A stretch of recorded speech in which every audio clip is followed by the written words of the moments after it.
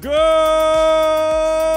evening, baseball fans. How you doing? Aaron Judge goes back to the Yankees. Does this mean Arson Judge is going to the Giants? I don't know. The Red Sox had a busy day making a couple of signings. Could Bogaerts be heading back to Boston? Could the unthinkable happen? My goodness. The Cardinals making a move today, bringing in Willson Contreras. Jose Quintana going to the Mets. Carlos Correa. It looks like we can cross off a team for him. We got some other news and notes to talk about at the winter meetings. Good evening, everyone. Hello. Right around 250 people in the chat. What is going on, everyone? How are we doing? Well, how about that news to start off your day? We went live last night for, 3.5 hours? John Heyman tweeting that Arson Judge was going to the Giants, and then it was Aaron Judge going to the Giants. We had people left and right thinking, what the heck is going on right now? Is he going to the Giants? And all of a sudden, everything cooled off. And then nothing happened. And we were live for about 3.5 hours. But we had 1,200 people in the chat last night. And that is awesome. So I love how dedicated all of you are. I love how excited all of you are to just hear the big news. I'll tell you, since I was a kid, the off season, you can hold me to this. I have said for a long time now, the off season to me is almost just as exciting as the regular season. Like, we all love watching the game, but there's just something about off season rumors, off season drama. You just can't beat it. I don't know what it is. It's just awesome.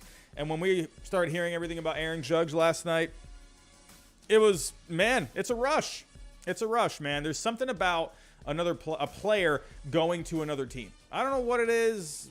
It's just gives you a rush, man. Gives you a rush. But we'll talk about Aaron Judge. We'll break that down. We're going to talk about my Red Sox. Look at Chaim Bloom making some moves. Oh, my goodness. You got to love it. You got to love it. We'll talk about those two moves as well as maybe Xander Bogaerts coming back to Boston. That would be awesome if that could end up happening. I have been completely hopeless on it, and all of a sudden, we might have something here. So we'll break that down. What else are we talking about? We got some Mets news. We got some Cardinals news. We got some Carlos Correa news. We got some other little tidbits. There were a couple stories from last night that I did miss. And yeah, we're going to talk about all of it. We got about 300 people here in the chat. I want to say thank you to all of you for coming out. And thank you again, to everyone that came out to last night's stream. We got over 100 new subscribers during that 3-hour stream. So really greatly appreciated. You guys have been killing it with the super chats lately. You don't understand how much I appreciate, anytime anyone drops a super chat. I'm going to tell you this right now. Every single super chat, anything, I've been making here, putting it right into my savings, man, because, this is something I would love to do full-time at one point. Still a long ways away, we still got a lot of work to do to make this a full-time thing, but just letting you know, anytime anyone drops a super chat, it is going to a good place. It's not just me going to Chipotle down the road and picking up something to eat. It's definitely going towards something. So you all are, your support is amazing. So thank you. Speaking of a super chat, Robert Wagner with a $4.99 super chat. Robbie, what's your thoughts on the Red Sox getting Jansen? Also, Kutch to the... Oh, did he go to the Bucks? Oh, I missed that. I actually just got home from the gym. I had work all day, went to the gym right after work, and I'm actually just getting home. That's why I went live as soon as I could. I got the thumbnail made. I made some graphics. And we just went live as soon as we can. But I'll get into that, Robert. Thank you for that. I did not see that Andrew McCutchen went to the Bucks, man. Man, look at the Pirates, man, bringing in Andrew McCutchen. I think it's a good move. We'll talk about that. Damian Grief with another $5 super chat here. So excited as a Sox fan for Yoshida and Jansen. Hoping Chaim also manages to get Senga. That would be amazing as well. Looks like the odds of getting X back have gone way up today, too. Yeah, absolutely. I am stunned today's been, we've had a couple of really shocking news. The whole Aaron Judge thing, just absolutely incredible to me. I did not think that was going to happen. I really thought he was a Giant. In my heart of hearts, I thought he was gone. And the Yankees, they came through. And the Yankees just in the past, they've just not come through, with some of these signings, man. So good for them, especially after the whole extension thing, the whole mishandling of that, even during these negotiations, having numbers get out, and Judge was not a big fan of that. And still they were able to finalize it. Good on the Yankees, man. Good on the Yankees. But thank you for the couple of super chats right there. Before I do get started, if anyone is new, think about subscribing down below. We're on our way to 30K. That is the goal, 30K by opening day. It was the goal by the end of the year. I mean, I don't know. Can we get 2,000 subscribers by the end of this month? I don't know. That might be a bit of a stretch, but I think by opening day, I think we could get there. Everyone hit that like button for me. That's really going to help this get out there into the algorithm. And hit the bell notification. That way I go live every single time. Share the stream. We're partners with SeatGeek here. Use my code HIDE, $20 off your first order. Baseball season is over, but hey, we got basketball. We got football. We got concerts. There's tickets all over the place. So use my code. You get $20 off. And also, if you're into the sports betting game, check out Prize Picks. Use my code GINGER. You get a 100% deposit match. And everyone, we are trying to land Manscaped as a full-time sponsor. If you use my code HIDE, you get 20% off with the holidays coming up. See if you can find anything that maybe a manly friend in your life would like to have as a gift. They do have some pretty good stuff. I know everyone likes to have Manscaped as a sponsor, but they make some pretty decent stuff. So go check it out. Code is HIDE, 20% off. And wow, we got a couple more super chats dropping.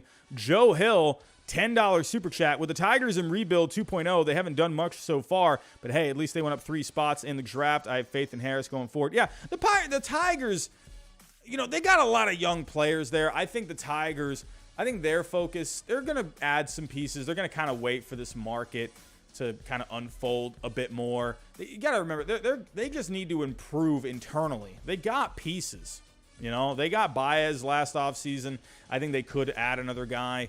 But, hey, I think, honestly, they should have just gone for Correa last offseason. I don't know. They really messed that one up. They should have just given that guy the money, given him a 10-year deal, $330, I don't know, $300, whatever.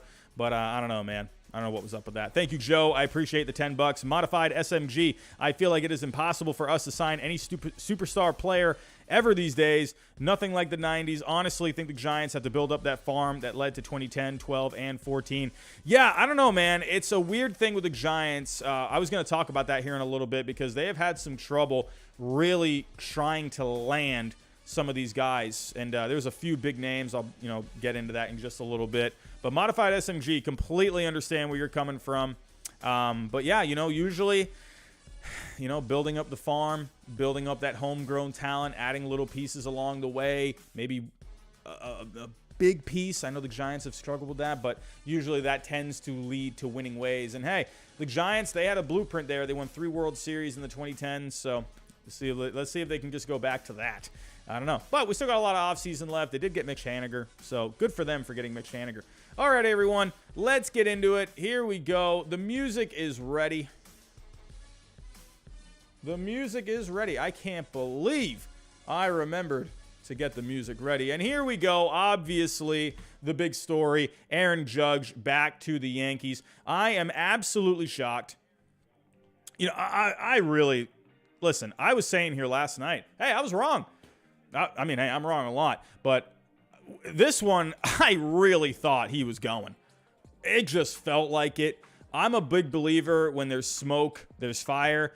And even though Heyman did jump the gun, we had a couple other little reports out there saying it looked like he was going to the Giants.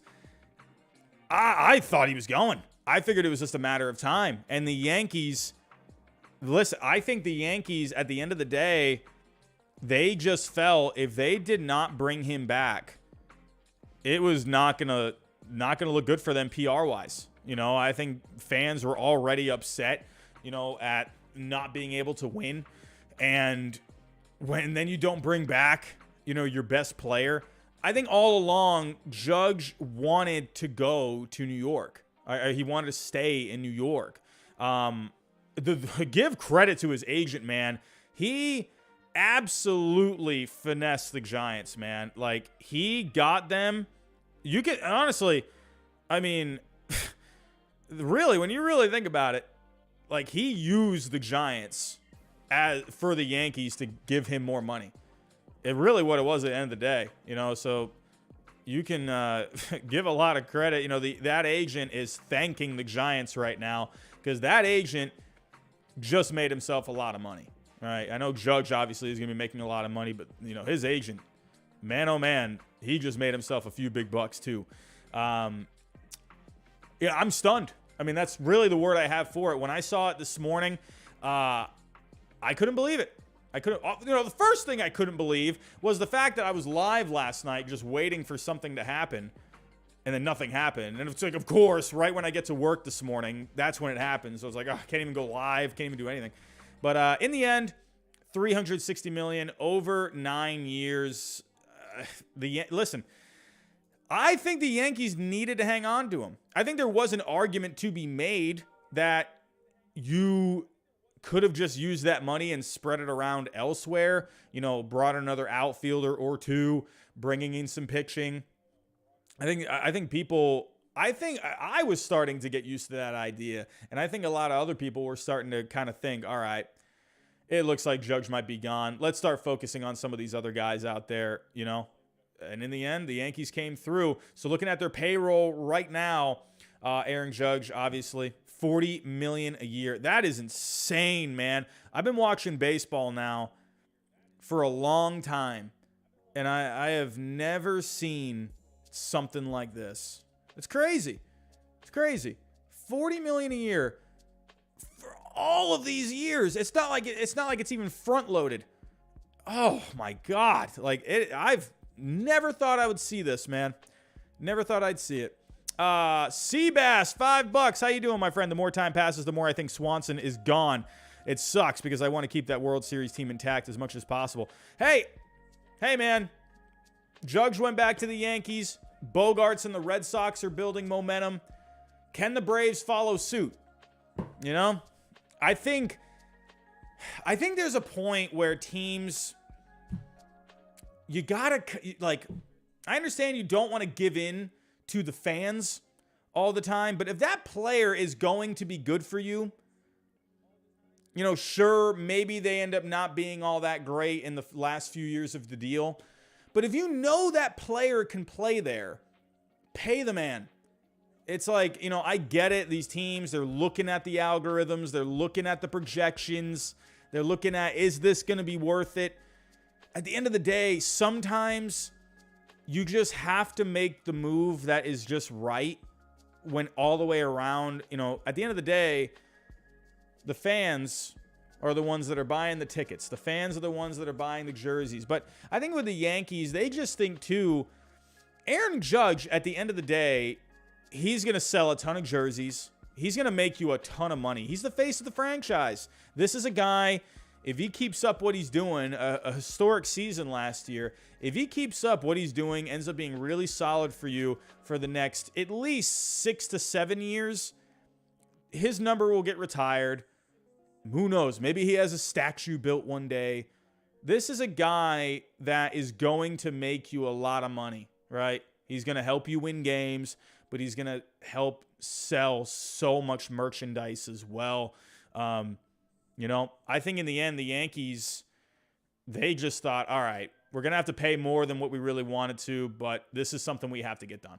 We have to get it done, right? Because there's so much more than just your team being good. There's just so much more on the outside that you got to think about as well. So I think they thought, all right, we're just going to have to make this work. So, but payroll is looking a little thick right now. Thick with 2 C's. $266.4 million is the estimated luxury tax. Now, the Yankees do have some money coming off the books next year. We have Josh Donaldson will come off the books. Luis Severino will come off the books. Who knows if they bring him back? Harrison Bader, $5 million coming off the books. Then you do have some of these other guys. I would imagine Who knows? Maybe they bring back Montaz if he ends up being okay. But you got some money coming off the books here. And then, you got a club option on Anthony Rizzo after 24. So you do have some cash coming off, but this is a lot of money, man, especially when it's going towards 3 players. Judge, Cole, Stanton, all making over $30 million, man. That's a lot of moolah. But when you're the Yankees, you're the Yankees. You're one of the most profitable franchises in the world, right? It's not just, in the major leagues. Like, they're easily one of the most valuable franchises in the entire world. So they have the money, man, and they're getting a lot of money with all these TV deals, and so on. They had to do this. They had to do it. Listen, I know I was thinking he was going to go to the Giants. I'm surprised the Giants didn't go more. Honestly. I mean, maybe that's a bit of a hot take. I'm surprised the Giants didn't throw more at him. Speaking of throwing more at him, the Padres also got in on it. There was a rumor out there that they had offered him $400 million over 10 years. That's what Bob Nightingale was saying. And then Ken Rosenthal jumped in and he said that the Padres did not offer Judge $400 million. Why didn't the Giants do it? Why? I'm just saying, if you really wanted this guy, dude, I don't know, man. I think you should have gone a little. Did they offer more, Isaiah? I don't know. I didn't see any report on that. What was the Giants' final offer? Wasn't it $360? That's what I read. I read that the final offer from the Giants was $360. Giants final offer, Judge. No, they matched it. The Giants didn't beat it. So, we got another super chat coming in. Actually, I think we had a couple more super chats. We had a couple more here. He struck, man. I said this last night that Judge would be a Bernie Williams repeat. Also feel bad for the Giants fans. Yeah. And Robert Wagner, a couple more super chats. Appreciate you, my friend. I knew Judge wouldn't leave. He seems like a lifelong Yankee. That's what I thought. But I'm thinking, like, what are the Yankees doing here? They weren't pushing for him. Like, I don't know. It was so weird. And Robert Wagner, thank you again. Red Sox get Yoshida. We're going to talk about that in just a little bit. But, the Giants, if they really wanted him, you should have pushed it. You should have went 380. I'm just saying, if you really wanted the guy, you should have beat it. But according to the reports, that was the Giants' final offer was 360, and the Yankees matched it. So that's what I think happened. I think last night, I tweeted about this morning. I don't think it's anything like groundbreaking by any means. I think a lot of people probably thought this too. But I think just what happened last night was it looked like a done deal. That's why it was getting reported. It was looking like he was leaning that way. And then the Yankees made a phone call, right? I think they said, hey, hold on a second. Let's get Hal Steinbrenner in here. Hal Steinbrenner, I'm honestly kind of shocked because that guy, while the Yankees do have a ton of money, this guy has really kind of been tight on the money too. So I'm kind of surprised he went in and did that. And there actually was some comments today from Brian Cashman. A bleary-eyed Brian Cashman said on Wednesday morning that he had not yet slept, having spent the previous hours communicating with Judge and agent Paige Odell. Ultimately, the decision to match San Francisco offer was made by managing general partner Hal Steinbrenner, who called Judge directly and asked, do you want to be a Yankee? That's what happened. I think it was a done deal. I think the Giants felt really good about it. I think someone from the camp said something, and it looked like, and then I think once Hal Steinbrenner got word of that, he made the phone call. Judge picked up the phone and said, do you want to be a Yankee? That's what I think ended up happening. I think it was all but done. But the Yankees, they decided in the end, that they wanted to keep him. They decided that they thought it was worth it in the end. I do think for about 5 seconds, he was a San Francisco Giant. That's what I think. Hal Steinbrenner would be the Mariano Rivera of these negotiations, Cashman said. I can't officially say that's happened yet, but hopefully we're in a good spot. So I guess everything is still getting finalized and everything.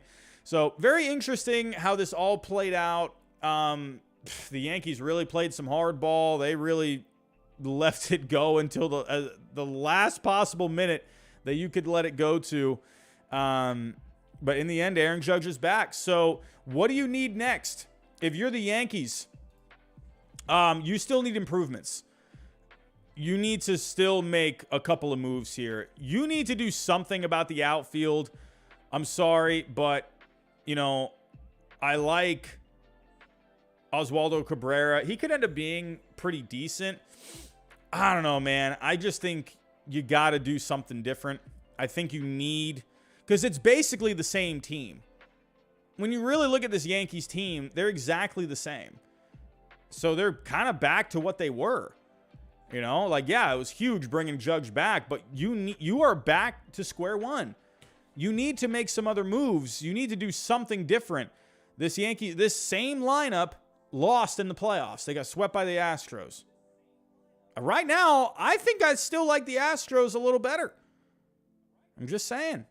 That's why, if you had taken out Judge and if he had gone to the Giants, you could have made some other moves. You could have brought in, a couple position players, bring in someone like Nimmo. You could have, brought in Rodon for the rotation, a couple more arms for the bullpen. You really could have given this team a bit of a facelift. Because honestly, this Yankee team, it was just tiresome. It's kind of like the same old thing with the Yankees all the time. I don't know. And then, or if Judge had gone, you could have made a lot of moves. You really could have. You could have brought in a shortstop. You could have made a trade.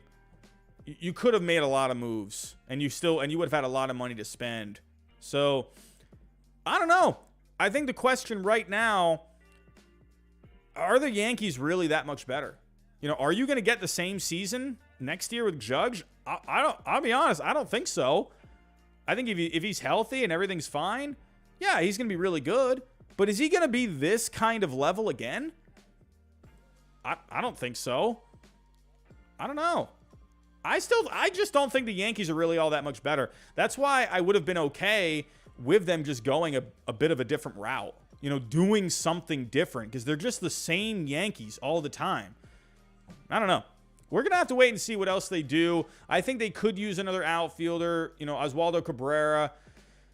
Could that end up being like a fourth outfielder? Could you dump Aaron Hicks? What do you do with DJ LeMahieu? Volpe, does he come up next year at some point? I think they need a number 2. I've been saying this for the last 2 years. You need a number 2. Nestor Cortez, I'm sorry. He was fun last year, but he's not a number 2. Garrett Cole, he was not great last year. He was really good, but he wasn't great. You need something to go with Cole. I think Rodon would be perfect. That would be a really good 1-2. And then you could have a combination of guys, But in the end, the Yankees, they still have work to do. And we are just going to have to wait and see what ends up happening. Like I always say, but let's stay in the American League East.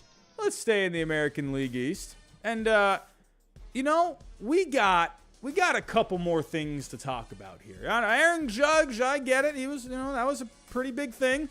Oh, hold on. A couple of super chats here. Jimmy Productions. Nats got Thad Ward. Do you know anything about him? Yeah, Thad Ward was pretty good last year in the minor leagues. I think he was just going to end up being more of a depth guy at the end of the day, but I think he gets a chance here. I think he was okay in the minors last year. He's pretty good. But I don't think he was really ever going to make a dent with the Red Sox. So, hey, for the Nationals, I think it was a good pick for them. He was ready to go to the major leagues, but I think the Red Sox just felt they had other guys, They had other guys that they could turn to, and we'll get to one of them in just a second. But thank you for that. William Kinney, $2. Swanson to Cubs. #1 channel? What is that? What is that? Are you saying my channel is #1? If that's what you're saying, thank you, my friend. I appreciate that. But yeah, Dansby Swanson to the Cubs. That'd be huge. I mean, the last thing we had heard, the Cubs were maybe even looking at a couple of shortstops. We'll talk about one of these shortstops in just a second. Robert Wagner. Think about this, Robbie. If he averages 30 home runs each year of the contract, he would have around 500 career home runs. Yeah, it would be worth it. Absolutely. He just has to stay healthy. We have not seen a big guy like this before. What is he going to be like down the stretch? What is he going to be like down the stretch? I don't know. We're going to have to wait and see.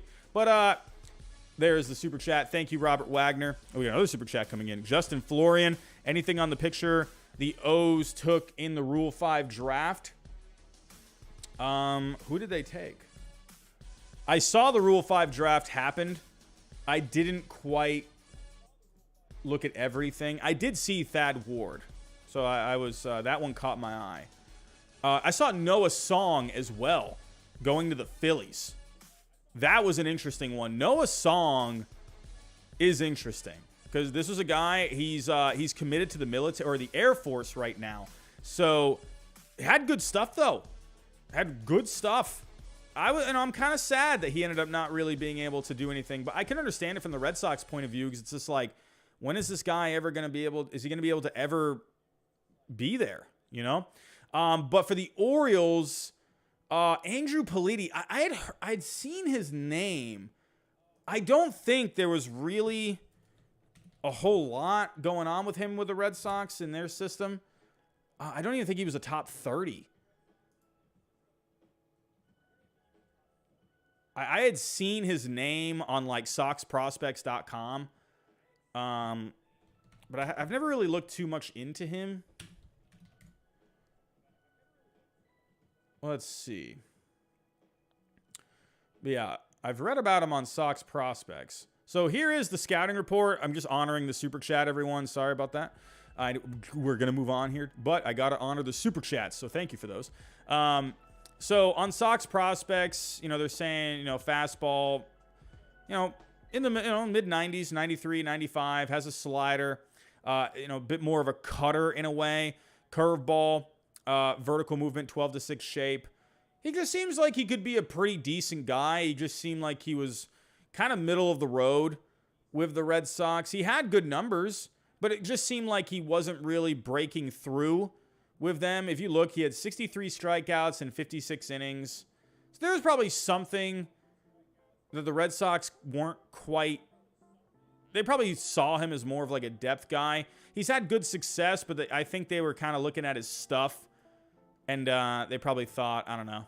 He was more of a depth guy, I think, in the end. Noah Song, I think, is a bit more intriguing because that guy has a pretty high ceiling. As for Politi, I don't know if there's really a whole lot of ceiling for him. I think he could end up being a decent piece in your bullpen. But that's pretty much it, I think. He could end up helping out. But Dave Dombrowski did know him, obviously, from his time with the Red Sox. He was drafted in 2018. But yeah, Dave Dombrowski, man. Dave Dombrowski. Let's get to our next story here. And my Red Sox making some moves today. Actually, you know what? Hold on just 1 second. I have to do something. Hold on.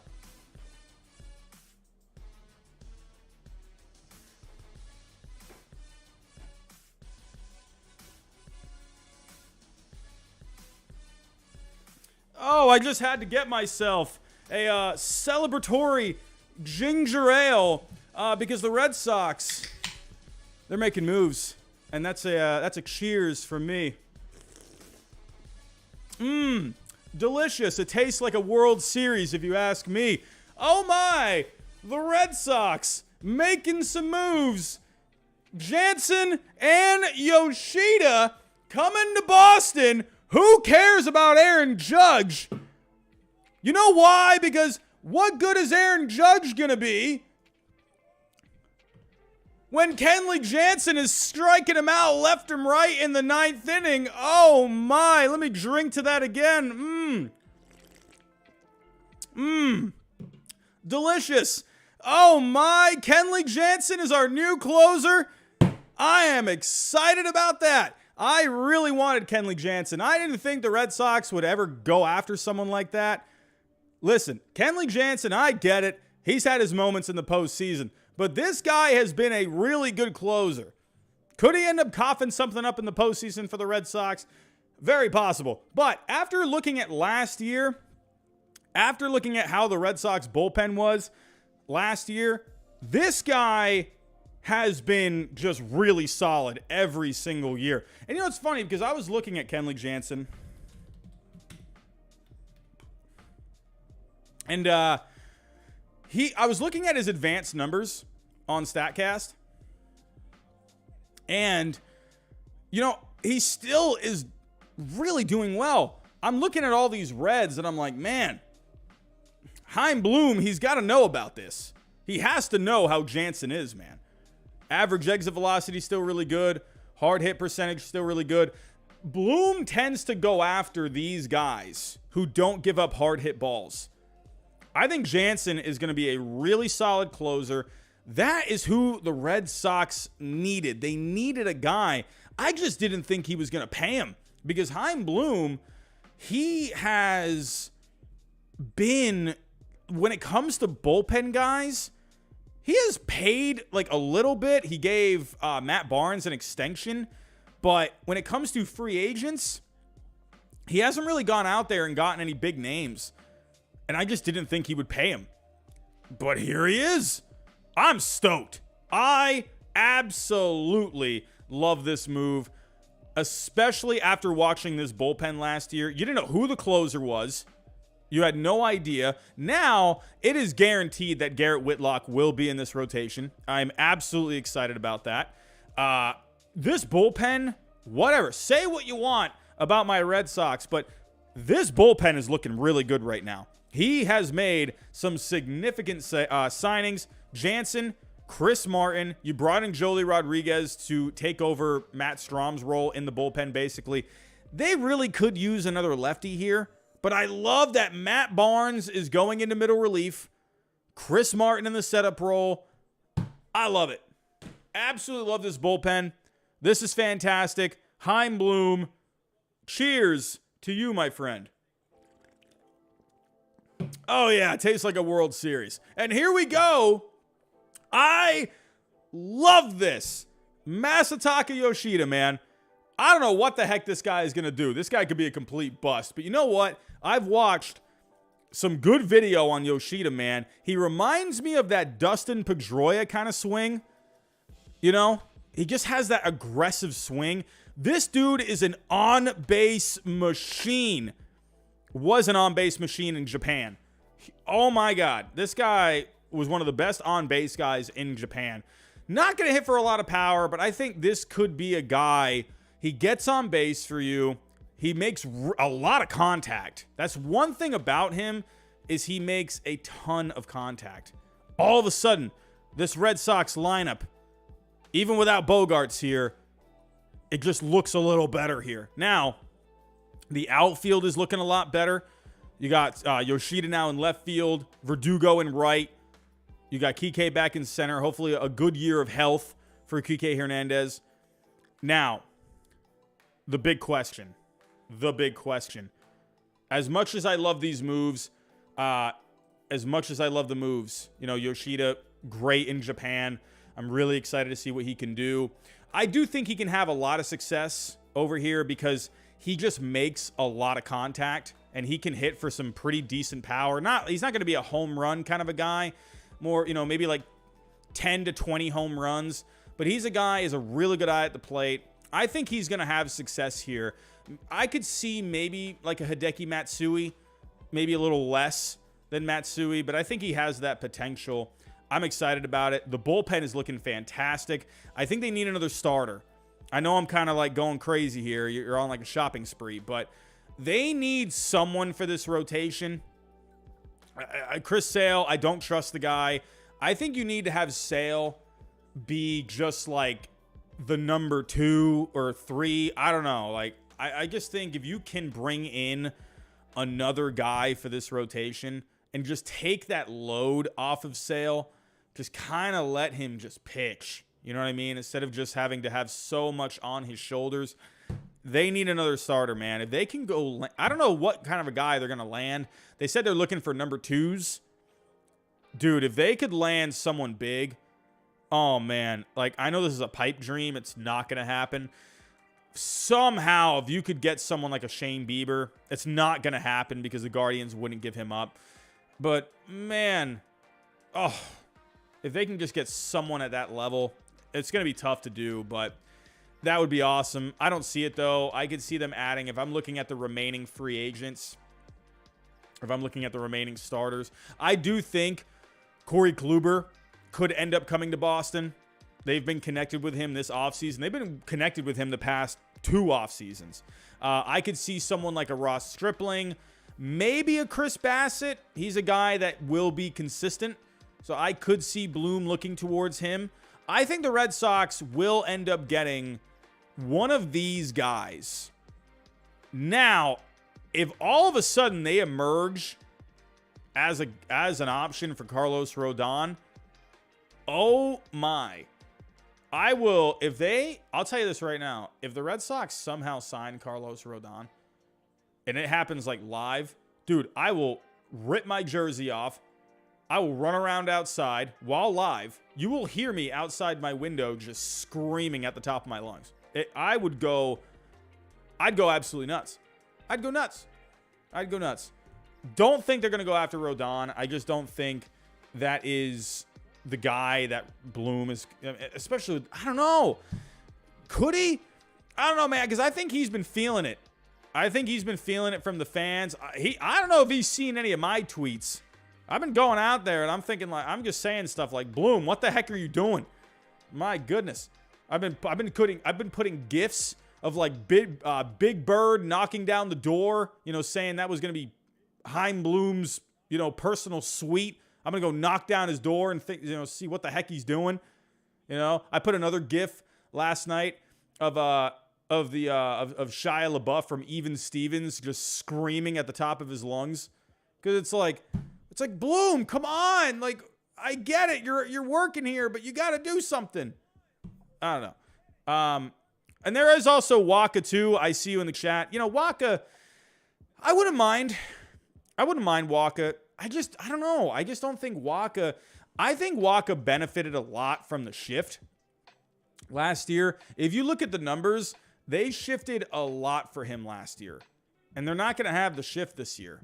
So I don't know if I really like Waka. I wouldn't mind Waka coming back as like a depth guy, but I don't think that guy saves your rotation. A healthy Carlos Rodon would be amazing. Don't think that's what they do. I could see someone like Stripling, Kluber, or Bassett. That's what I think they could end up doing. So we'll just have to wait and see. But let's stick with the Red Sox here. We got some news. Dude, I hope this breaks like during this stream. I hope it does. Xander Bogaerts and the Red Sox could be building some momentum. Oh my. Let's take a look here. And also with Yoshida, I forgot to mention it was a 5-year deal, $90 million guaranteed. It has no opt-outs. And this is a record for a position player from Japan. Saya Suzuki had a 5-year $85. He just got posted yesterday. I think the Red Sox, this felt like they had been on him from the beginning and they were just waiting to strike. I wonder what the next offer was. I really wonder that. Like, what was the next one? I don't know. Who was the runner-up for this? I really hope we find that out because I do think the Red Sox came in with a really aggressive offer because this is a record-setting deal for a position player from Japan. So I do think, honestly, they came in and they said, all right, once Judge is gone, we're getting this guy now. Like, it's very possible their offer could have been, who knows, 10, 15, maybe $20 million better than the next team. It just kind of feels like that, Also, it just kind of dawned on me. Obviously, Yoshida is from Japan. I left out another guy here. He's not. I'm an out of sight, out of mind kind of guy. If I don't see the name, I completely forget about it. But you got Senga too. Senga has a lot of upside. I wonder if that's what Bloom wants upside. I wonder if he thinks that would be worth it, you know, because he is probably going to get himself a decent contract. I wonder how far Bloom will go there. I would like it. I would love the upside of someone like that. That guy's got nasty stuff, throws hard.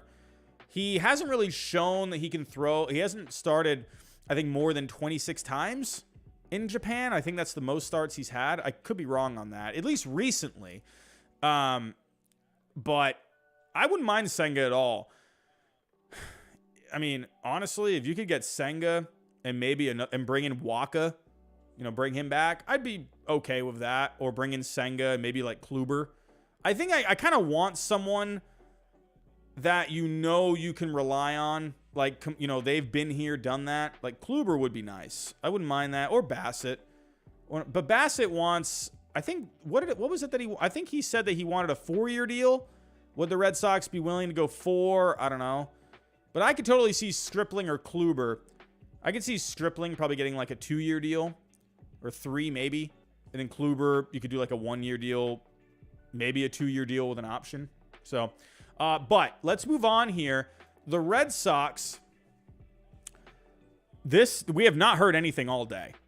The Red Sox have momentum with Xander Bogaerts. Now, they had made some comments last night where Boris, he was saying some pretty good things about Red Sox ownership, you know, saying that, you know, these guys want to win. You know, he was not really saying anything bad about them. He was kind of showing them respect. And all of a sudden here, there's momentum, according to Peter Abraham. That was at 1:15 p.m. At 11:40 a.m., Abraham said that they were meeting this morning. And John Heyman, even though John Heyman definitely, you know, kind of flubbed it last night with Aaron Judge, said that they were in heavy discussions. I mean, I don't know. I don't know what to think. You know, could this be the Red Sox last attempt at Bogaerts? Here's the thing. John Lester, before he went to the Cubs, John Henry flew out to go meet with John Lester. He literally went and met with him. So could this be similar? Could this be a very similar thing where the Red Sox at the last minute are trying to make something happen? Kind of like what the Yankees did, you know, with Judge. Are the Red Sox doing a similar approach? Because we've been hearing Bogaerts' name in the rumor mill a lot this week. We've seen him connected with the Padres, the Diamondbacks, the Cubs. So did the Red Sox feel that maybe Bogaerts was getting close to a deal? And they decided, all right, we're going to go make one last push. But they did this with John Lester back in after 2014. They made one last push. And they didn't get him. So, I don't know what to think. This could go either way. Actually, let me see here. I think, hold on. Flies out to meet Lester. Yeah. So, this was, yeah. I remember reading this. Man, look at John Lester in that Oakland A's uniform. Yeah, this is what happened before he ended up signing with the Cubs. Robert Wagner, again, with a $4.99. Thought I saw the contract could be up to $105 million because they paid $15 million to his team in Japan. Oh, that too. Yeah, they had to pay a fee. So, yeah, they will have to pay that.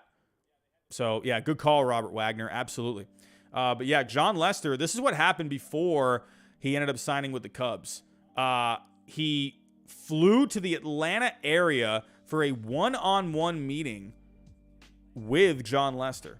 So, I think he flew out to his ranch or something like that. You know, saying that the Red Sox were... Look how similar this is with Bogaerts. Look how similar. I remember I got a lot of hope that maybe the Red Sox could get it done. I think the Red Sox ended up offering him, what was it, like 140 or something? I can't remember what their final offer was. Red Sox final offer, Jon Lester. See, we always see the 4-year, $70 million deal. Oh, here it was. The Red Sox final offer to Jon Lester was, I think it was I think they said 135. Where is it in this article? Yeah, the Red Sox final offer for Lester was 6 years, $135 million. So, what could the final offer be for Bogaerts? Lester said he would have accepted 120 if it was in spring. If they had offered him 120 in spring training. I don't know. It's giving me these same kind of vibes because when John Henry flew out to meet Lester, it felt like they were going to get it done. And then all of a sudden, the same thing is happening with Bogaerts. I'm not getting my hopes up. I'm not getting my hopes up because I just showed you all this happened with Lester. Heavy discussions. I don't know. That sounds similar to me. You know, John Henry trying to come in at the last minute, trying to, like, almost like you know what it kind of gives me vibes of? Like when you're going to buy a car, right? You're talking with the salesman. You're going back and forth on numbers. You can't come up with a deal. You stand up, you know, offer a handshake. Hey, I'm gonna go to Honda down the road. I'm gonna go see what they got. And then the owner kicks in the door like that fish on SpongeBob, and he's like, whoa, hold on a second. Let's talk here. That's what it reminds me of. John Henry is literally that fish from SpongeBob that kicks open the door, and he says, what does he say? What is that quote? He's like, what does he say? Like, oh boy, am I hungry? Or what is it? I can't remember that quote. It was really funny. It makes me laugh every time. But that is John Henry. Oh, that's what it is. Chris, rev up those fryers because I am hungry. That's John Henry every single time. But we'll have to wait and see. But the last that we heard from this was this afternoon. See, I even put this little GIF here. I'm taking a seat. I'm watching. I want to see what happens here. We'll have to wait and see, but momentum was building. Was there anything happening here? We had some tweets here. Latest on the Twins from Ken Rosenthal. Oh, we got something on Bogaerts right here. 6 teams still need a shortstop, and they're all talking to Bogaerts now. Red Sox, Padres, Cubs among them. Dude. Is this going to be Jon Lester all over again? It's going to be Jon Lester all over again, isn't it? I'm seeing you in the chat. AJ Arone, Sox showing interest in Swanson. I haven't seen that. I don't think so, man. I mean, I could be wrong. Oh, is he? Oh, okay. I'm wrong. All right. Okay, we got some other news here. Thank you, AJ Arone. I'm surprised about that. Wait a minute. Is this one of those fake accounts? This isn't a fake account, right?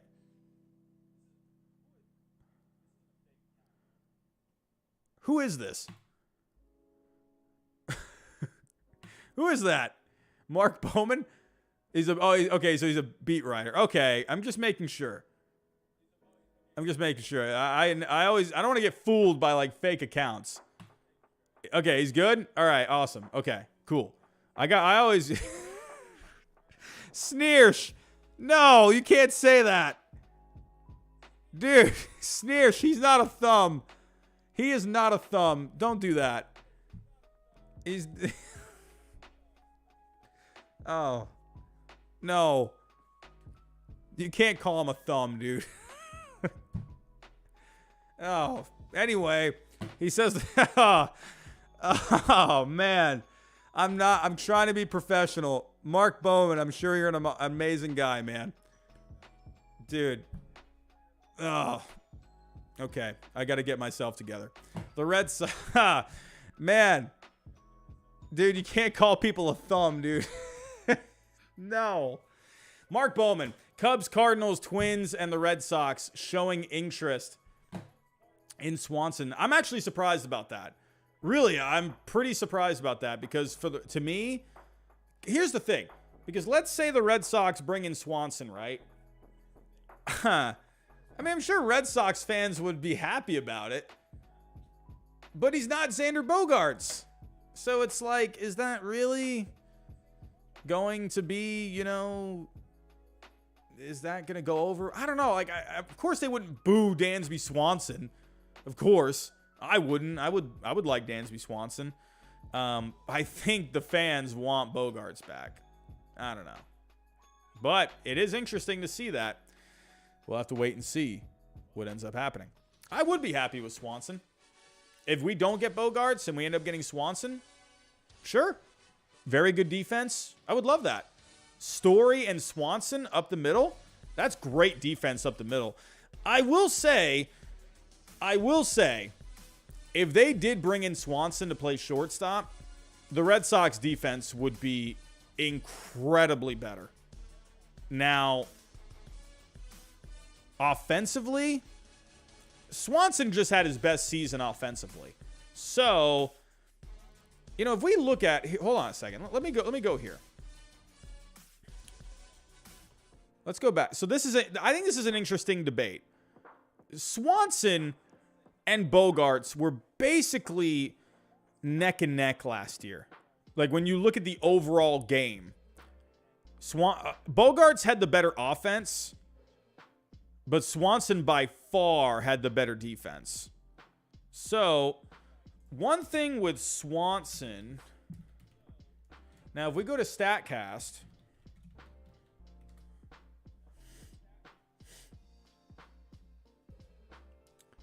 what are we doing? Oh, hold on. I didn't type in StatCast. So Bogaerts, his advanced numbers had gone down a little bit. His average exit velocity did go down. His max exit velocity was still there, but his barrels and his exit velocity were down. Now, Swanson, on the other hand,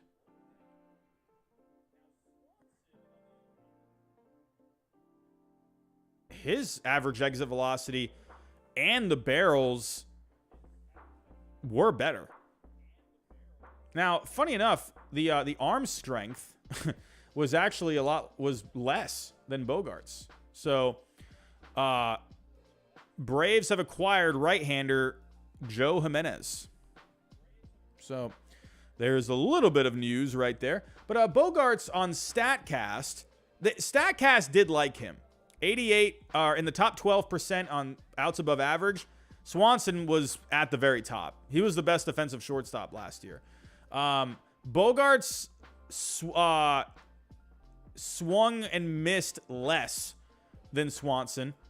Swanson had the better chase rate, but Swanson struck out more than Bogaerts. And Bogaerts walked more. So they kind of go back and forth with things. I think it's really, you can kind of take your pick, honestly. I would prefer Swanson when it came to the defense. I mean, he was so good defensively last year. Bogaerts was fine. I'm not saying Bogaerts was bad. But Swanson, he was on another level. But here's the difference. Bogaerts, when it comes to Swanson and Bogaerts, Xander has played in Boston his whole career. He can handle it. Swanson, on the other hand, I don't know. I'm sure he could, but we know Bogaerts can play there. So that's a thing. That is a thing. That's not something that pops up on the stat sheet. Cesar Villarreal, you make a good point. He is 2 years younger. I don't know. I wonder if the Red Sox go after Swanson hard. Could you imagine that they end up offering Swanson more money than Bogaerts? I think Swanson is going to end up getting a bigger deal. Unless Could Swanson end up... Here's an interesting thing. This kind of just came up in my head. Now, here's the thing with Swanson, right? He kind of just had a breakout year. Okay? He just had his best year. He hadn't really had a year like this coming into this. He was good. 2019, he was a 2-win player. 2020, he was really good in 2020. 2021 in that World Series year, his offense was, his slash line was not amazing. He had 27 homers. Last year, his offense was good. But my point is he has not had this kind of a year before. Now, I think this is unlikely, but could Dansby Swanson take the route of Carlos Correa did that Correa did last year? Take a short-term deal, have an opt-out in there, and maybe go back out. Maybe the Red Sox would maybe offer him like a lot of money for 1 year, or maybe same contract with Correa. Could the Red Sox do that? If Swanson, the reason I'm suggesting that is because I wonder how teams feel about Swanson, because he did just have a breakout year. So, but do teams feel like he can keep that up? So maybe they're not going as hard for Swanson, possibly. So, I don't know. Just a thought. I wonder if, I think maybe that's why, maybe the Red Sox are trying to see if he would be interested in a Carlos Correa type contract. 3-year deal, but you have an opt-out after 1 year. That way he can go out onto the market again next year, right? It would be kind of like a bet on yourself kind of a year. You're not really getting the offer that you're looking for. Go play 1 year. Does well, then, hey, but he could do a 3-year deal. And if he ends up not playing very well, he could always just opt back in to the deal, like Correa opted out. But Swanson, if he ends up not playing well next year, he can opt in, and he still has 2 years to play well. And then he'll still be, 30. He'll be 32. Bogaerts right now is 30. So I don't know. I wonder if Swanson could do that. I could see the Red Sox doing something like that. So, Damian Grief, $2 super chat. Xander or Swanson, Sox still need another bat too. Yeah, I agree. I still think the Red Sox need to lengthen this lineup. If I'm looking here again at the Red Sox lineup, they do need a little bit more length. So, I think Story, you're kind of hoping he can bounce back. He was very hot and cold last year. You're hoping Cassis can really have a good rookie season. Kike can bounce back. I do think, they definitely could add another piece. You know what I really would love? I would really love for them to bring back Christian Vasquez. I really would. I think he would be really good just for the morale of this team. I think that would be a big pickup, and he's going to bring value, I hope they bring back Christian Vasquez. So we'll have to wait and see what ends up happening. The Xander Bogaerts sweepstakes keep getting just more and more interesting. But let's move on here. We had some other moves today. Speaking of Christian Vasquez, we had, you could say, the top catcher on the market. Maybe not the best defensive catcher on the market, but a very good offensive one in Willson Contreras. The Cardinals get their man. They have been linked to Willson Contreras for a long, long time. And they have finally moved on from the Yadier Molina era, and we have a new era, Willson Contreras at catcher, and the Cardinals lineup all of a sudden is looking really good. Now, defensively, Willson Contreras is not going to be amazing. He'll do enough for you. What the heck just happened there? He'll do enough for you defensively, but he's not going to be, someone like a Christian Vasquez. But offensively, he's going to bring something to the table. So I do like this move overall for the St. Louis Cardinals. What else there to say? I mean, he's staying in the division. It's a perfect move. I mean, you know, it's not all he's going to have to do is really just get used to, you know, these new pitchers. But I think the Cardinals could end up being maybe a good fit for him because maybe they can find some ways to help him improve defensively. So I like the move overall. I think for the Cardinals, they were already a good team. They're just adding more length to this lineup. And if you can get Tyler O'Neill to bounce back next year, get back to that 2021 form, you know, Dylan Carlson maybe take a step forward, this lineup could be really good. So the Cardinals, man, they got a lot of upside. I like it. I like what the Cardinals did here with Willson Contreras. Now, as for the Cubs, on the other hand, hey, they've been linked to someone like Christian Vasquez. They've been connected with him, you know. But now what I do find interesting about this with Willson Contreras going to the Cardinals is now you can count the Cardinals out of the Sean Murphy sweepstakes. So now Sean Murphy, I would imagine, is probably going to land either with the Guardians or the Rays.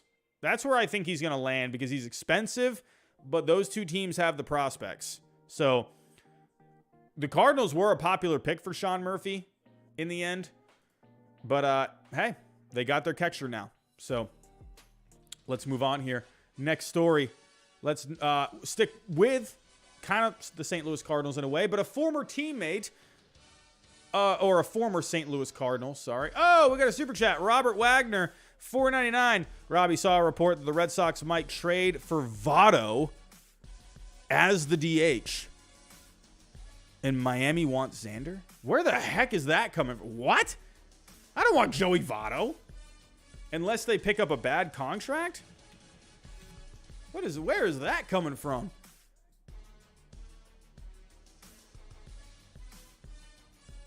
I'm not seeing that at all. I don't know about that one. I don't know because you already got Eric Hosmer. You know, what do you do about Eric Hosmer? The only way I could see the Red Sox bringing in Joey Votto is if they get prospects with him. That's it, man. I don't think they're going to go after Joey Votto. Now, Xander Bogaerts for the Marlins? I haven't seen the Marlins connected with them. I mean, is there any news? I don't know. I'm not seeing it. I mean, the Marlins need bats. But will they pay him? I don't know. It would be a very interesting signing if the Marlins ended up getting Xander Bogaerts. I haven't seen the Marlins connected with him, though. It's interesting. But, hey, they really could use his bat. Absolutely. Robert Wagner, thank you for the $4.99 super chat, my friend. You are amazing. Brian's World, just subscribe. Brian's World, thank you, my friend. But speaking of the St. Louis Cardinals, now an ex-St. Louis Cardinal going to the Mets. And this was actually in my free agent predictions. I actually had the Mets getting Jose Quintana. Now, I haven't got a lot of those right, but hey, I will take my victory lap where I can. And I really like this for the Mets. They really needed another guy. Does this knock them out of the Carlos Rodon sweepstakes? Maybe. I mean, I still think they could add another guy, but I really like Quintana because this guy really seemed like he figured it out last year. He was really good. Really liked him a lot. Some advanced numbers were good with him too. I like it. I think the Mets needed another lefty. And all of a sudden, this rotation looks pretty decent. Verlander, Scherzer, Quintana, Carrasco, Peterson. I still think they could add another guy. Keep an eye out. So I think there is room here to add a little bit more depth. So you've added Verlander. You've added Quintana. Honestly, right there, I mean, Verlander, when you look at Fangraph WAR, you've already improved your team replacing Verlander with DeGrom. So Quintana as well, I like it. I like the move. I think it's a great move. I'm a big fan of Jose Quintana, but I still think the Mets could add someone. Are they out of the Carlos Rodon sweepstakes? I don't know. Could they still go after someone like a Jameson Taillon? I still think that's possible. Or maybe an upside guy in a Kadai Senga. Maybe. I don't think the Mets are done. I still think they need to add pitching. They still have work to do. They need to add, I think, a bat somewhere in here, especially with what's going on with Brandon Nimmo. I actually do have a report on that. But let's also on Jose Quintana. It's a 2-year, $26 million deal. I think it's a solid move. But according to the reports, like I'm saying here, I think the Mets need to add another pitcher. But that is confirmed here with a report from Joel Sherman that they are looking to add another starter. Kadai Senga, Ross Stripling have been a couple of names that have popped up with the Mets. So keep an eye out for that as well. But there's also, hey, don't forget about Seth Lugo. He's getting some attention as well. The Red Sox were showing some interest in Lugo yesterday. Angels, Nationals, Dodgers have shown some interest in him. Could he end up going back to the Mets? I don't know. But teams are viewing him as a starting pitcher. So even though he did do better in the bullpen. But here's what's going on with Brandon Nimmo. The Mets have remained in contact with Boris on Nimmo. But Anthony DiComo reports that there's general pessimism among many in the organization about the team's chances of re-signing him. Well, now we can take the Yankees out of the equation now that they got... Well, I don't know. Could they still go get Brandon Nimmo? Maybe. I still think that could be a pretty good move.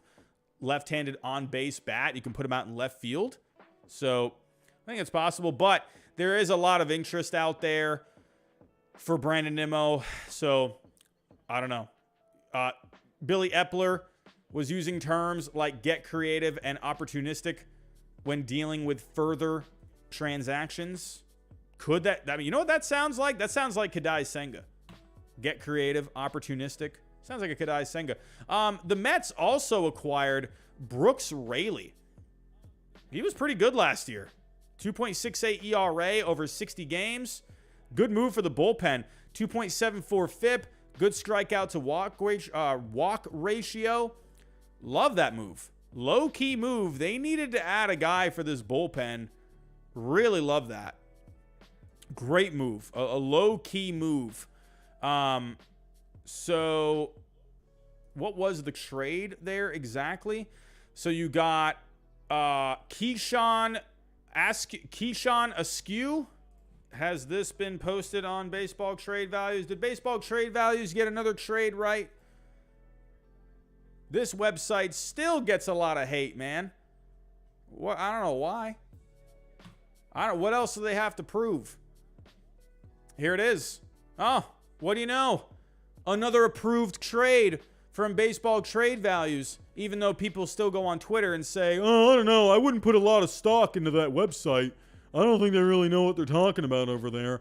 Even though they have a right around a 95% acceptance rate in their simulator. No, they're not going to get it done all the time. They're not going to get it right all the time. But it's the best one out there. I'm just saying. And do you think John Bitzer of Baseball Trade Values is just coming up with random numbers? No, these are actual algorithms and the way Major League Baseball teams value players. At least a lot of them value them. There's always going to be, wiggle room when it comes to valuing players, but Baseball Trade Values, they're pretty good at it. And here's another trade that was accepted by their model. But the Mets are staying busy, making some moves, getting Brooks Raley, bringing in a Jose Quintana. They're looking to add more starting pitching. I think they need to do something about Brandon Nimmo. What do you end up doing there? Do you bring him back? Do you go into another bat? I don't know, man. I don't know. We had another super chat come in. Rivacera 1323. Your boy Tyone already signed with the Cubs. And actually, I was gonna get to that here. And, let me, since you just did the super chat, let's get caught up on a couple of deals from yesterday. Jameson Tyone going to the Cubs. Good move. Good move. The Cubs really needed to add some starting pitching. They do not have a lot of depth there, but I really do like the move a lot for the Cubs. I like Jameson Tyone. He's going to be a solid, middle of the rotation guy for you. So you got Stroman, you got Tyone. They need more, though. They're definitely not done. Could they end up getting Senga? I think Senga could be a really good option. some upside. I think that could be a pretty good move. The Phillies signing Taijuan Walker. I predicted him to go to the Dodgers, and the Dodgers were in on Taijuan Walker, according to John Heyman when he was discussing it yesterday. But a big deal for Taijuan Walker going into the Phillies rotation. Big move. Man, look at that. So you got Nola, you got Wheeler, you got Walker, you got Suarez, you got Falter. I mean, what's going on with Evaldi? Evaldi's still out there too? I don't know. I'm not hearing anything on Evaldi right now. He was pretty hot in the news a little over a week ago, and now we haven't heard anything about him. Taijuan Walker going to the Phillies. It's kind of a surprising move in a way. I did not expect the Phillies to do that, you know? But hey, look at that. Well, I mean, in a way, Walker basically replaces Eflin, you know? When it comes to Taijuan Walker, pretty good numbers last year. Pretty good numbers. But I'm not a big fan of the advanced numbers. He doesn't walk a whole lot of guys. He gets guys to chase. But I don't know. I've never really been enamored with Taijuan Walker. I think he's fine at the back end of the rotation. I do feel like this is a pretty big contract for him. I did not think he was going to get this much. So on the payroll, Walker is going to be getting $18 million per season. So let's actually go to Taijuan Walker. If we're looking at the value, I mean, he was worth $20 million last year. So, but in 2021, he was only worth $11 million. So I don't know, like Walker. I don't know. That's why I was a little surprised. I feel like they gave a bit for him. You know, when you're looking at it, you know, 31 million divided by 2. You know, I was thinking he was going to get like anywhere from 14 to 16 million per. He ended up getting 18 per. Sounded like the Phillies just really wanted to add a starting pitcher because they didn't get Eflin back. So that's what I think it really was. But hey, Walker, I think he'll be fine back into the rotation for the Phillies. You know, I don't think he's going to make them like that much better. I would have rather had Eflin, to be completely honest. But hey, you know, it is what it is. But the Phillies were also closing in on Matt Strahm. Really like that move. Strahm was a good lefty for the Red Sox last year. They basically replaced him with a Joely Rodriguez. But Strahm, he's going to bring you some velocity.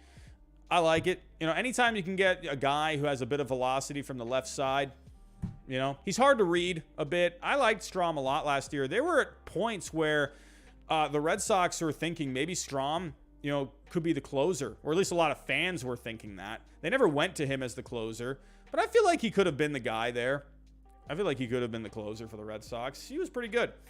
Gates of Above, $5 super chat. Walker is good in the first half of the year, and then he falls off in the second half.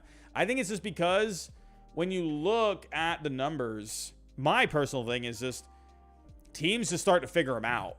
Like, I don't think he's got a fastball. He's got different pitches. He can mix and match, but he doesn't have amazing stuff, I think, personally. If we're looking at he has a good splitter. That is one thing about Walker. He's got a really good splitter. Had a negative 14 run value last year, but everything else, the cutter was okay. Curveball was fine. But the splitter was really his pitch. So I feel like teams kind of just started to figure him out a little bit. So that's what I think. It's a long season. First half, you know, maybe teams, they get a look or two against you. Maybe now that you're not going to be playing the same teams as much in the division, you're going to be playing, you know, every single team at least once. Maybe that could end up helping him out, possibly. So we'll have to wait and see. But we do have one other story to talk about. I find it very interesting. And hey, we're talking about shortstops here with Xander Bogaerts, but it's looking like Carlos Correa. We can cross off a team for Carlos Correa. And, I mean, we already heard this. We already heard this before. But it's looking like the Dodgers are definitely out on Correa. So I'm not really too surprised about that. Because you had the whole cheating scandal thing. But here's the thing. Come on. Other teams were doing it too. It wasn't just the Astros. Can we just stop it? But But yeah, they're out on Carlos Correa, so you can even though Trey Turner is gone, they will not be pursuing Carlos Correa. They just think there's going to be a lot of backlash from the fans, so they're not even going to try it. So, not surprised. I mean, we kind of saw this like about a few weeks ago, saying the Dodgers were a little hesitant on pursuing Correa. So this is really nothing different. I think it just has a little bit more weight now because Trey Turner ended up going to the Phillies, so the Dodgers have a bit of a hole there. So I'm not really surprised about this one. So, but yeah, we'll have to see where Correa goes. Will Correa end up going to the Giants? They were connected with Correa, according to Carlos Baerga. He was the one that had the inside scoop on Justin Verlander to the Mets. He also was saying last night that the Giants were talking to Carlos Correa. I mean, here's the thing now. Before I get out of here, here's the thing now. Let's talk Giants. What is up with the Giants not being able to land these guys? I don't know. They got Haniger. They can get guys like that. They can get guys like Haniger, Peterson. They can make trades. They can draft. But they never, ever, ever land any of these big names. Giancarlo Stanton, he would not waive his no-trade clause to go to San Francisco. Bryce Harper. Bryce Harper said the reason that he did not want to go there was because he didn't know where the Giants were at, kind of rebuilding, trying to really get back into contention. So Harper talked about that on I think it was the Barstool Sports podcast. So he did say that. So I do think that is a bit of a reason of why players aren't really like too enamored with going there. I'm just surprised. I think is it just bad luck for the Giants? Stan and Harper, you could say, well, they weren't really quite sure what the Giants were really doing. They wanted to go to teams that were, competitive. Could it have to do with the high tax over there? I don't know. Could that be a significant reason? There's a lot of tax. I know there was in New York too, but taxes in California are higher than New York, I think. I don't know. I don't know, man. I don't know what it is with the Giants. Why they can't really ever seem to land these guys. But I think with the Giants, at the end of the day, they are just going to have to draft players. They're going to have homegrown players. They're going to have to make trades. They're going to have... Those are the things that the Giants have always had to do. They've never really been able to land these big ticket names, But I think there's a multitude of factors when it comes to the Giants. I think it's just because they do have a pretty good farm system. They got some decent names in there. You got guys like Kyle Harrison. You got Luciano in there. But I don't know. It just feels like the Giants are kind of like almost in no man's land. Like you don't really quite know what they're going to do. They could have a season like 2021 where they set a franchise record in wins. Or they could end up only winning like 75 games, right? So I think taxes have a bit to do with it. I'm just being realistic. It's a big ballpark as well. So I could see pictures being a bit more enamored going there. I know I hate to say it, but crime has gone up, over in San Francisco. I don't know if that has anything to do with it. I don't know. I don't know. I don't know. I'm just trying to think of reasons why these players aren't going there. I think it is a few different reasons. I don't think it's ever just one thing. So that's what I think personally. I think it's just the roster is a bit of an unknown. Taxes, crime. I don't know. I really don't know. I would like to, I think Judge just wanted to go back to the Yankees. I think he always just wanted to go back to the Yankees. I think he was just always there. I don't know. What can you do? But the Giants, could they land Carlos Correa? It's possible. It's very possible. I mean, they need a listen. Brandon Crawford, he's been a fan favorite there, but they need to upgrade. They need to upgrade. Rolo Rumpkin, you do make a good point. You do make a good point. If you're making that much money, you can basically go, build a mansion out in the, middle of the woods if you wanted, or wherever. Well, maybe not the woods because they have forest fires, but yeah, you'd be pretty good either way. I don't know. I'm just kind of rattling off possible reasons, but they need an upgrade here. They need something, but will Correa want to go there? I don't know, man. I don't know what to say. The Giants, I guess it's like, you kind of just feel bad a little bit because they're a historic franchise. There's a lot going on there, man. Fans love their Giants. I don't know. But it was a little disappointing. I really thought Judge was going to go there. What can you do? But everyone, I'm going to get out of here. I'm tired. I'm hungry. I went to the gym earlier. And all I've really had today, I've had like a couple of Rice Krispie treats. I had a protein shake. And then after the gym, I stopped at Wendy's and I tried the peppermint frosty. It was pretty good. Decent. I like me a frosty here and there. Yeah, I'm starving and I got to go eat something. And, what else is there to talk about? I mean, I'll check Twitter one more time. I mean, we are still in the Twitter meet or the Twitter meetings, the winter meetings. Anything going on? Large Boris Corporation has departed the winter meetings. Yeah, that's kind of what's going on here, Like, it's the last day of the winter meetings, and people start to file out. That's kind of what ends up happening at these winter meetings, man. Checking here, any last-minute news? We had Joe Jimenez. Okay, everyone's tweeting about that. But yeah, nothing right now. If anything else does come up, I'll hop back on. But I think we might be in the clear. We've had a couple of moves here tonight. It was a fun day. It's been a fun winter meetings overall. But yeah, everyone, I'm going to get out of here. But if you can, on the way out, hit that like button for me. How many likes are we at the moment? We're at 210 likes. Can we get to 250? Maybe 300 on the way out. Subscribe if you are new to the channel. Hit the bell notification. Share the stream. Don't forget, we are partners with SeatGeek. Use my code HYDE, $20 off.